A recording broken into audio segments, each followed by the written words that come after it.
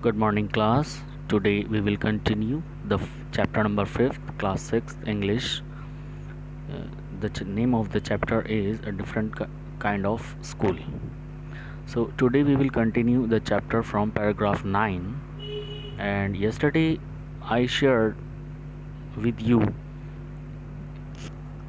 the author visited a different kind of a school that was running by Miss Beam, and it was the school which had different things to learn, where children used to learn so many different things.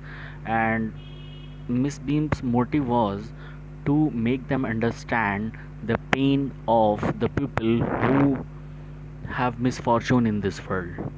तो कल हमने जो discuss किया था, मैंने आप लोगों के साथ शेयर किया था कि हम जो ये स्टोरी पढ़ रहे थे, इसमें हमने जाना कि ये एक मिस बीम एक अलग तरह का स्कूल चलाती हैं, और ऑथर जो है जब उनके स्कूल में जाता है तो वो देखता है कि एक बच्ची है, उसकी आंखों पर पट्टी बंधी हुई है और सभी बच्चे एंजॉय कर रहे हैं। किसी के पास वो क्रच देखता है कि कोई लंगड़ा के चल रहा है। तो these kind of different activities was doing in the school.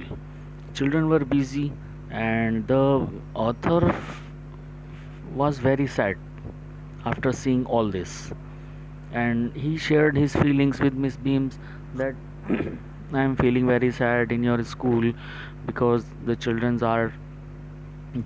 are living a life, they are blind, they are like, so I don't think this is good. So after hearing this, Miss Beam started laughing, and she said that this is the part of our system. Actually, she wanted to teach the children how to live a miserable life and how to face the difficulties, how to face the challenges.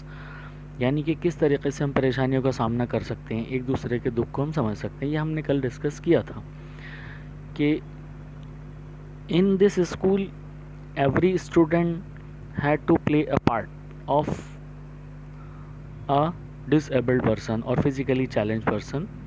Sometimes they have to play the role of a blind person, sometimes they have to play the role of a lamb, and even dumb also, deaf also. So अलग अलग तरह के उनको role play करने पड़ते थे कि अलग अलग तरह के उनको रोल प्ले करने पड़ते थे कि आज उनका दिन ये है। और the best thing in the school was that कि every student helped that student, so they want to realize that how the people are living in this world. इस दुनिया में लोग कैसे रह रहे हैं, कैसे लोग लाइफ गुजार रहे हैं जिनका एक हाथ नहीं है, या किसी का पैर नहीं है, या किसी का आइज़ नहीं है जो देख नहीं सकता, या कोई सुन नहीं सकता, या कोई बोल नहीं सकता। तो लोग इस तरह के चैलेंजेस को कैसे फेस कर रहे हैं, कैसे नहीं कर रहे हैं। So Miss Beam told to the author that we are doing this just to realize the people how they are living. Then miss Beam took the author to the ground,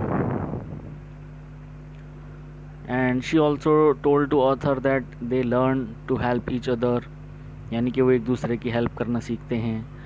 तो यहाँ पर ब्लाइंड भी help कर रहा है और blind की भी हर बच्चा हेल्प कर रहा है।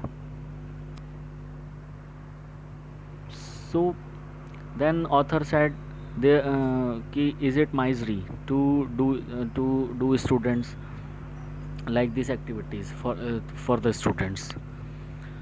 देन मिस बीम सेड कि यहाँ पर हर बच्चा जो है वो काइंड होना सीखता है, हर किसी पे तरस खाना, रहम खाना सीखता है, उसकी फीलिंग्स को समझना सीखता है, और वो इस चीज़ से गुज़रता है तो उसको ये एहसास होता है कि अच्छा इन लोगों की लाइफ कैसी होती होगी, how they are doing. So and actually the main point of this school is before the day is over, though even the most thoughtless child realizes what misfortune is। जिस दिन जिसकी बारी होती थी, जिसको जिस दिन जो रोल प्ले करना था, तो उसको एक दिन में ही रियलाइज़ हो जाता था कि हाँ कोई इंसान कैसे लाइफ गुजार रहा है। So in the paragraph 11, the blind day is of course really the worst, but some of the children tell me that the dumb day is the most difficult. We cannot bandage the children's mouths, so they really have to exercise their willpower. Come into the garden and see for yourself how the children feel about it. It means in paragraph 11, Miss Beam is saying to the author that students had shared their feeling with their the teacher Miss Beam, and they said that blind day is the worst day. It means it's very difficult to live as a blind in this world.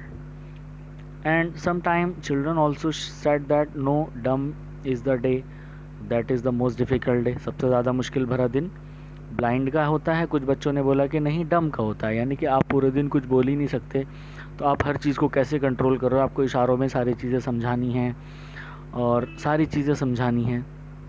फिर miss beam जो है उनको garden में लेकर जाती हैं. Miss beam now come to the paragraph 12. Miss Beam led me to one of the bandaged girl. Here is a gentleman come to talk to you, said Miss Beam and left us. तो miss beam उनको एक garden में ले जाती हैं जहाँ पर एक वो बैंडेज गर्ल थी जिसकी आंखों पर पट्टी बंधी हुई थी, और वो उससे कह देती हैं कि एक आदमी आपसे बात करना चाहता है, आपसे मिलने आया है, और वो चली जाती हैं वहाँ से. Then don't you ever peep, I ask the girl. The author ask the girl, क्या तुम्हें कोई परेशानी नहीं होती? तो she said no, that would be cheating. तो उसने ये बोला कि तुम जो है वो झांक के नहीं देखती हो पट्टी हटा के, तुम कोशिश नहीं करती हो, तुम्हें तो चीटिंग कर लेनी चाहिए. तो बट गर्ल कहती है कि no, that will be cheating, ये तो बेईमानी हो जाएगी. लेकिन वो एक फीलिंग और शेयर करती है, एंड शी सेड दैट कि I had no idea it was so awful to be blind. You can't see a thing, you feel you are going to be hit by something very moment. It's such a relief just to sit down. वो ये ज़रूर कहती है कि ये सबसे बड़ा मुश्किल भरा दिन होता है जब आप ब्लाइंड रोल प्ले करते हो, क्योंकि आपको एक भी चीज़ नहीं दिख रही है, तो आपको हर मोमेंट ऐसा लगता है कि अभी आप you are going to be hit something, आप ज़रूर अभी किसी न किसी चीज़ से आप टकराने जा रहे हो. तो दिन भर जब रात को आपको ये रियलाइज़ हो जाता है, तो अब जब वो बैठ जाती है तो उसको बड़ा सुकून मिलता है कि चलो आप कम से कम उतनी देर जितनी देर मैं बैठी हुई तो किसी चीज़ से टकराऊंगी नहीं. देन द ऑथर आस्क्ड कि are you helpers kind to you, are your helpers kind to you, जो आपके हेल्पर्स हैं, जो आपके बच्चे मदद कर रहे हैं, क्या वो आपके साथ एक काइंड बिहेव कर रहे हैं, क्या वो आपके साथ कोऑपरेट कर रहे हैं? तो वो कहती है obviously, but they are not as careful as I shall be when it is my turn. Those that have been blind already are the best helpers. It's perfectly ghastly not to see. I wish you would try.